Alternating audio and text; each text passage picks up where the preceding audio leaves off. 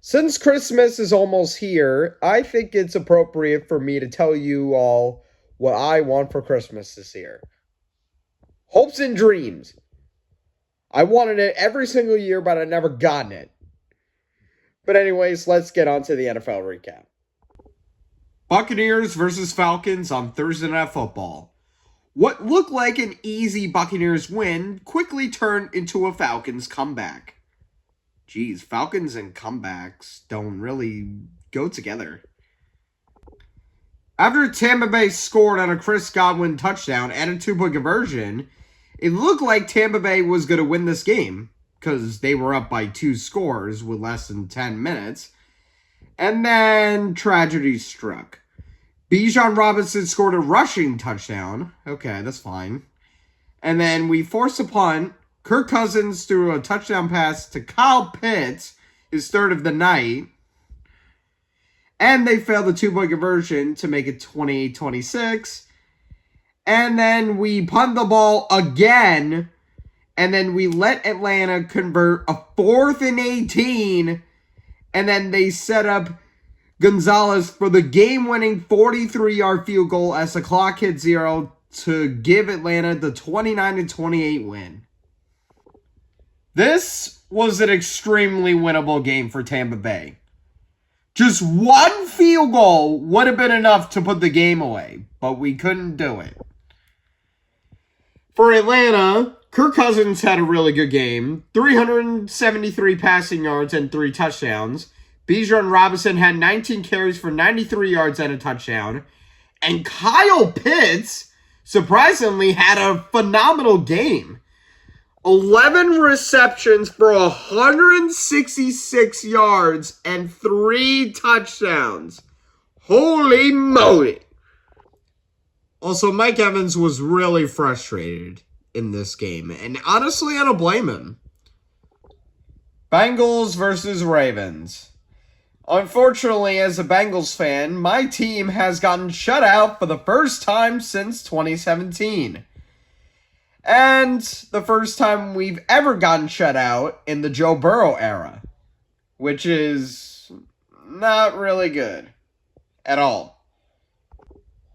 Baltimore, I'm not going to hold a grudge against you guys because you guys played a phenomenal game. But, what are we doing? I don't know what is happening to this team. I really don't. I thought after we just made back-to-back AFC Championship games, I thought the Bengals were going to be the top dogs in the AFC for the next, 5 to 10 years, and now we're going down a dangerous path. Joe Burrow is really frustrated about the organization. Jamar Chase is yelling at our fans after a brutal loss like this. Our front office is not even doing anything to try to... You know what? I gotta stop being angry about this. Because I've been dealing with this all year. And somehow, Lamar Jackson completed 8 passes for 150 yards, 2 touchdowns, and an interception in a win. I'm stunned. Derrick Henry had 11 carries for 100 yards, and Zay Flowers had 3 receptions for 68 yards and a touchdown. And as for the Bengals, Joe Burrow had a really frustrating game. 225 passing yards and 2 interceptions, and one of which was an 84-yard pick six. Jamar Chase also had 10 receptions for 132 yards. And he also had a viral moments where he was telling the fans, if you don't like it, get the F out. Dude, those are your fans. Well, I guess the good thing that came out of this loss is that we're still going to have a top 10 draft pick. So, yeah.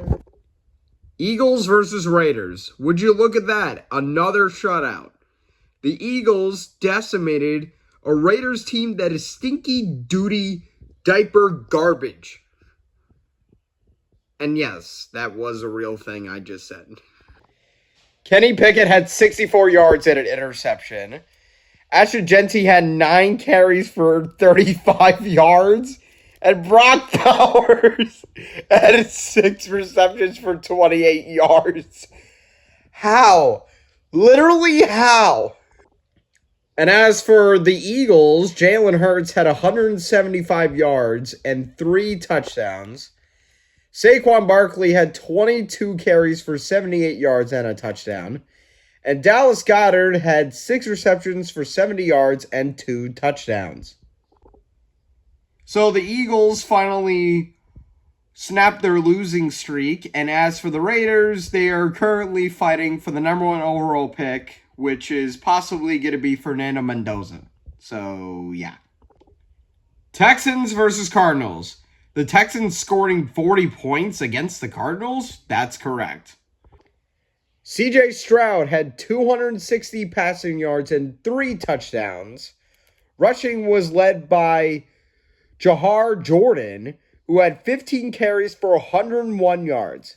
And Nico Collins had 3 receptions for 85 yards and 2 touchdowns. And as for the Cardinals, well, they're the Cardinals. I mean, outside of Trey McBride, who had a phenomenal game, by the way, the team just didn't really play that good, to be honest. I mean, do you find it incredible that this NFL team lives in a desert? Chiefs versus Chargers. This game will be forever remembered as the game where the Chiefs have finally missed the playoffs for the first time since 2014 and the first time in the Mahomes era. And speaking of Mahomes, he unfortunately tore his ACL in this game, and I really hope he's okay. I mean, I know I don't really like Mahomes that much, but I hate to see anybody get hurt. For the Chargers, it was all about Justin Herbert and Cameron Dicker. Herbert had 210 passing yards, a touchdown, and an interception. And Cameron Dicker scored 3 field goals in this game, and he scored 10 points. And unfortunately for the Chiefs, they played horrible. They scored 13 points all game long, which is really unsurprising because they didn't really average a lot of points this year. Before Mahomes tore his ACL, he threw for 189 passing yards, a rushing touchdown, and an interception. Isaiah Pacheco proved to everybody that he's incredibly mediocre, and Travis Kelce is washed. And great news for the Chargers fans, if there's any, that they finally have swept the Chiefs for the first time since 2013, which is back when they had Phillip Rivers as their starting quarterback. More on him later. Patriots versus Bills. An AFC East showdown between Drake May and Josh Allen. Grab me my popcorn. New England was up 21-0 at one point, and then the wheels finally came off.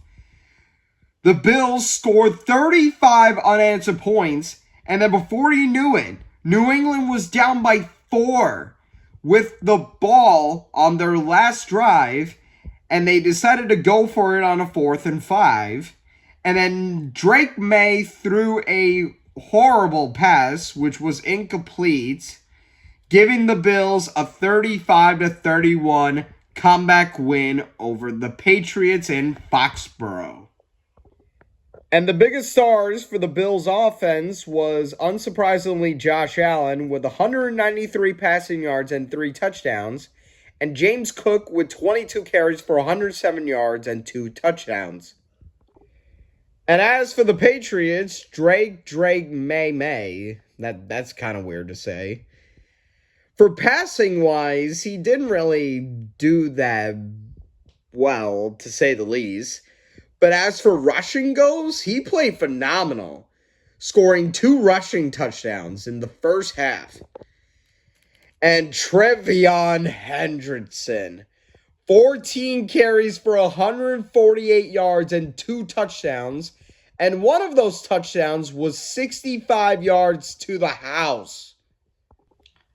Overall, a phenomenal game between the Bills and the Patriots, and it was the Bills who are crowned victorious. All right, on to the next game.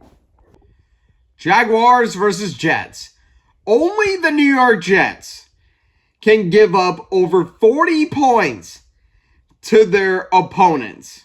And that's exactly what they did in Jacksonville, Florida. Trevor Lawrence had a phenomenal game. I mean, phenomenal. 330 passing yards, 5 passing touchdowns, as well as a rushing touchdown. And Travis Etienne had 3 receptions for 73 yards and 3 touchdowns. And he's only a running back. And as for the New Jersey Jets, Brady Cook threw 3 interceptions, which is all you got to know. Just remember this. Being a Jets fan is as worse as New York is right now. Giants versus Commanders. Speaking of New York, we transition to the other quote-unquote New York team, which is the Giants. And they lost too. And this time to the Commanders. Marcus Mariota and JCM ran a train on the Giants. Mariota had 211 passing yards and 1 touchdown. And JCM had 18 carries for 96 yards and a touchdown. And as for the Giants, Jackson Dart had a respectable game. 246 passing yards, 2 touchdowns, and only 1 pick. Tyrone Tracy Jr. had 15 carries for 70 yards and a touchdown. And Theo Johnson led the team in receiving yards with 3 receptions for 72 yards. And also remember this, being a Giants fan is also a lot of pain. Bears versus Browns. The Bears decimated the Browns. That's all I gotta say. They held Cleveland to 3 points, whereas the Bears, they scored 31 points against the Cleveland Browns.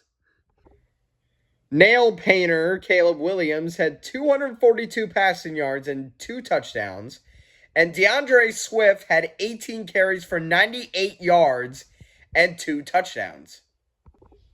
And all I can say about Cleveland is that Shedeur Sanders had a horrible game and he threw 3 interceptions. And look at that, Myles Garrett broke the single-season sack record.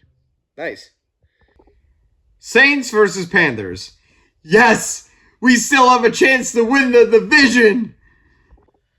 Tyler Shuck had another respectable game. 272 passing yards and a touchdown. And he also led the team in rushing yards. And as for Carolina, Bryce Young had 163 passing yards and a touchdown. And he also led the team in rushing yards, which kind of blows my mind. What the heck happened to Rico Dowdle? Oh, he scored a rushing touchdown. But how on earth did he average 3.1 yards per carry? How? Literally how? But huge shout out to Jalen Cooker, though, who had 4 receptions for 60 yards and a touchdown. Rams versus Lions. The Matthew Stafford revenge game and the Jared Goff revenge game went in LA's favor. Matthew Stafford had a phenomenal game. 168 passing yards, 2 touchdowns, and only 1 pick. Kyron Williams had 15 carries for 78 yards and 2 touchdowns. And Puka Nacua had 9 receptions for 181 yards. As for Detroit, Jared Goff had 338 passing yards and 3 touchdowns. Gibbs had 13 carries for 38 yards. And Amon-Ra St. Brown had 13 receptions for 164 yards and 2 touchdowns. Overall, phenomenal game to say the least. Seahawks versus Colts. This game will be forever remembered as the game where Phillip Rivers played his first game for the first time since 2020. And he is the starting quarterback at the age of 44. Phillip Rivers had 120 passing yards, a phenomenal touchdown to Josh Downs, but he also threw an interception. The guy can still play, and I'm impressed to say the least. Unfortunately for the Colts, they were no match for a guy named Jason Myers. The Seahawks kicker scored all of the points for the Seahawks, scoring 18 points, including the game-winning 56-yard field goal as the clock hit zero to give Seattle the 18-16 win. Balls love, balls life. Oh wait, that's basketball. Never mind. Broncos versus Packers. It was a competitive game between the Broncos and the Packers, but it was once again the Broncos that are crowned victorious at Mile High. The key players for this Broncos win was Bo Nix, unsurprisingly, and Courtland Sutton. And unfortunately for the Packers, not only did Jordan Love throw 2 interceptions in this game, but Micah Parsons unfortunately tore his ACL and he's going to miss the remainder of the season. But don't give up yet, Packers fans. It's not over yet. 49ers versus Titans. The Titans were offered as a sacrifice in San Fran, and that's exactly what happened. The 49ers ran a train on the Titans. Purdy had 295 passing yards and 3 touchdowns, and Christian McCaffrey had 22 carries for 73 yards and a touchdown. But shout out to the Titans, though. They're not even that horrible anymore. They're actually playing competitive. Cam Ward had 170 passing yards and 2 touchdowns, and Tony Pollard had 14 carries for 104 yards and a touchdown. And San Fran lived happily ever after. On to the next game. Cowboys versus Vikings on Sunday Night Football. The Cowboys. The Dallas Cowboys lost to 9. They lost to 9. J.J. McCarthy had 250 passing yards, 2 passing touchdowns, a rushing touchdown, which was incredible to say the least, where he literally faked the handoff to his running back that fooled everybody, including the cameraman, as he took the ball himself in for a wide open touchdown. And he also threw an interception in this game, so yeah. And as for the other starting quarterback, Dak Prescott, he didn't even throw a single touchdown pass, which blows my mind because he's having a phenomenal season.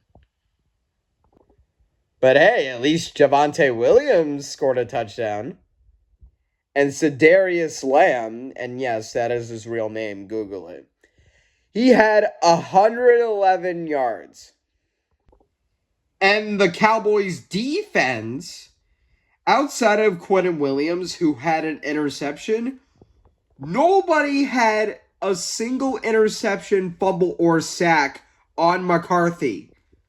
How?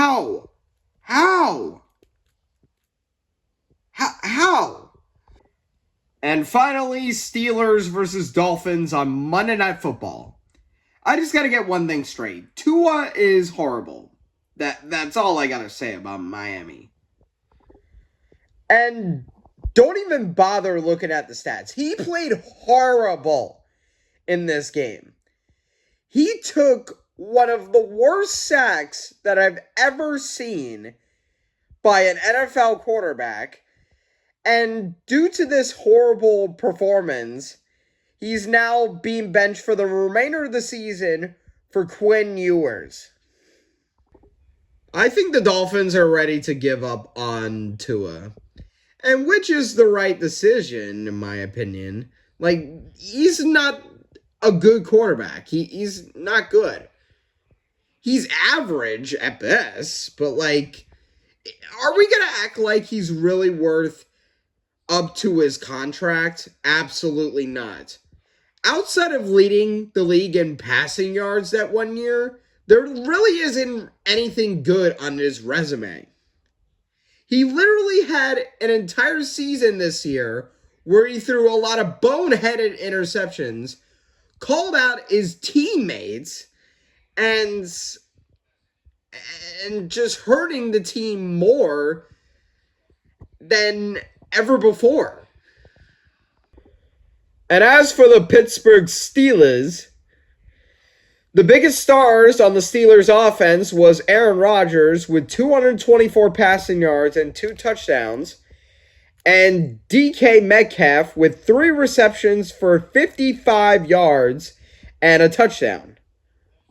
The only great thing I can say about the Steelers is urinating tree. He's got a first down. He's got a touchdown. Way to go!